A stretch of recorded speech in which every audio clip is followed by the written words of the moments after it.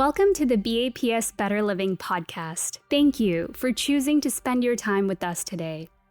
Each episode in this podcast aims to inspire us to take a step back from our busy lives and to actively listen to content that can enlighten us towards expanding our consciousness and deepening our spirituality. Listen in and let this episode inspire you. Let it encourage you to have fruitful introspections, and most importantly, let it help you be better and do better. Food for thought. The kitchen is the place in our home where everyone comes to hang out. It's where my kindergartner comes to get away from her workbook, my 10-year-old comes to escape his reading assignment, and my husband comes to de-stress and vent about his workday. One might even mistake it for our family room. It's also a place where everyone loves to get their hands dirty and their stomachs full. It all started with Thursday baking nights. I wasn't a good baker and wanted a bonding activity with my little one. Hence, the tradition was technically born out of necessity. When my son was just 3 years old, he and I began experimenting with easy recipes at first, such as chocolate-covered strawberries.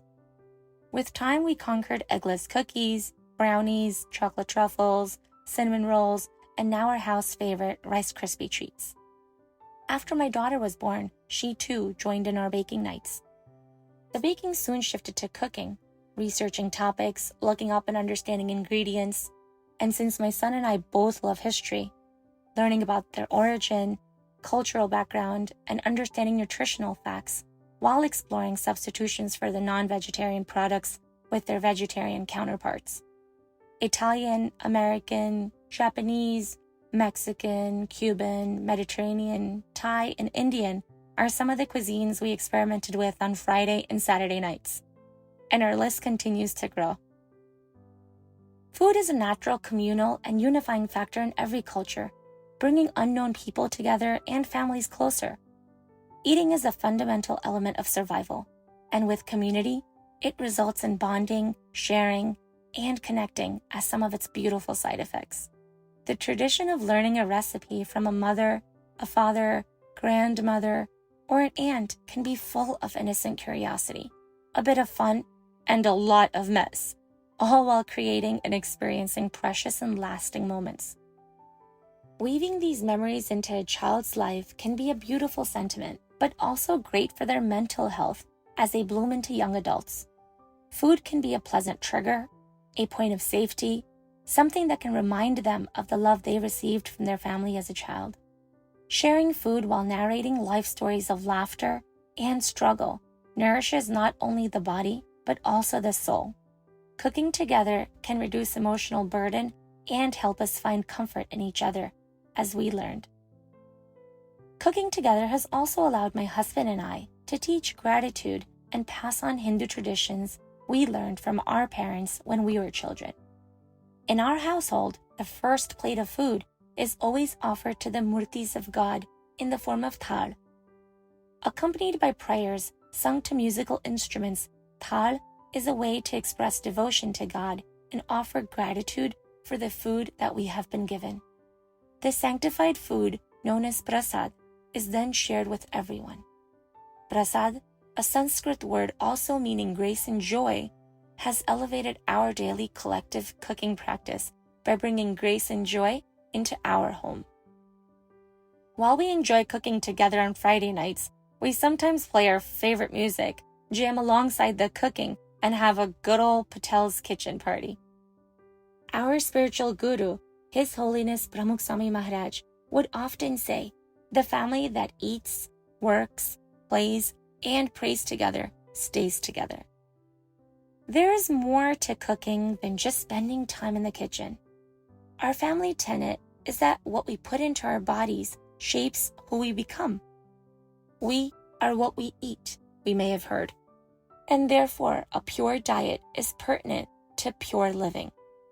The food we consume nourishes our minds along with our bodies. Bhagwan Swaminarayan has said in his teachings in Vachanamrit Gadara section 1, number 18, "Of the wide varieties of food that a person eats, each has differing tastes and intrinsic qualities. When one eats that food, the intrinsic qualities of the food permeate and affect the mind and the entire body. I've also experienced personally that if the mind remains pure, then there's an increased level of concentration, a certain level of focus that is not present otherwise. With such focus, mental and body fatigue, sluggishness, and unmotivated feelings can be abated. I see how true this is for me. I can start my day without any morning coffee or tea, for example. And I often get asked, how do you always have so much energy? I'm not sure it can be entirely attributed to a pure, homemade vegetarian diet. But still, I'm certain a devotion-filled, nutritional cooking practice has something to do with it. With elevated levels of concentration and consciousness, I have better control of my senses. With such a diet, I can clearly assess what goes in my body via all 5 receptive organs. As parents in the health profession, we both see and value the benefits of a wholesome diet hygiene and a pure mindset. With meals prepared at home that cater to our family's specific health needs and preferences, we try to help enable healthy habits in our children early on. Cooking at home as often as we can with quality ingredients carries numerous health benefits, such as supporting our immune system, lowering calorie intake, reducing illnesses such as heart disease, cancer, high blood pressure, diabetes, and many more. In fact, a study by Julia Wolfson and Sarah Bleach demonstrated the benefits that mindful cooking can reap. The study noted that restaurant meals tend to contain higher amounts of sodium, saturated fat, flavor enhancers, and overall, more calories than home-cooked meals.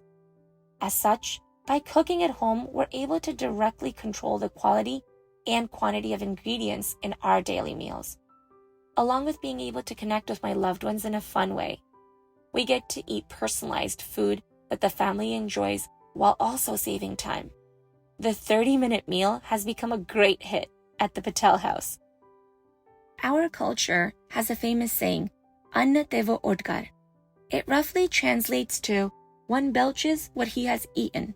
Culturally, it has been extracted to mean that one's dietary intake will transfer some effect to influence one's thinking and actions. There's a transference of the preparer's thoughts and sentiments during food preparation into the meal, and from the meal into the consumer, similar to how the emotions and feelings of a sculptor are seen in his statues, of painters in their paintings, songwriters in their lyrics. Then also, a mother's pure spiritual and healthy thoughts are considered to be transmitted into the food cooked and experienced by the whole family. You are what you eat is not the end-all be-all to who we become. We're also what we see, read, act, think, and dream perhaps. Our genetics and our environment are also sure to shape us. But I love that my family and I are able to come together to share the joy of cooking while incorporating spirituality and recreating beautiful memories of the tradition I had grown up with. Thank you. We hope you enjoyed this Better Living episode and that it added value to your life.